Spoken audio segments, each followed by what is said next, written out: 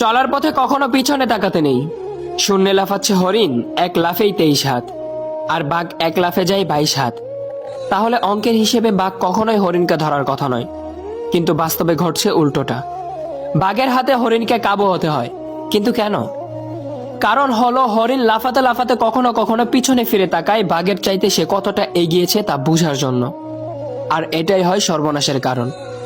পিছনে ফিরতে গিয়ে এক লাফ কমলেই 23 হাত পিছনে চলে আসে। তাই চলার পথে কখনো পিছনে তাকাতে নেই, দৃঢ় বিশ্বাস নিয়ে সামনে এগিয়ে যেতে থাকেন। আর আপনি যখন আপনার স্বপ্নের দিকে এগিয়ে যেতে থাকবেন, পিছনের কিছু মানুষ আপনাকে টেনে ধরার চেষ্টা করবে, আপনাকে আটকানোর চেষ্টা করবে, কিন্তু আপনি ওদের দিকে ফিরেও তাকাবেন না। পিছনে ফিরে তাকিয়ে নিজের মূল্যবান সময়গুলোকে নষ্ট করবেন না, কারণ ওই রকম মানুষদের কাজই হচ্ছে অন্যের সময় নষ্ট করা।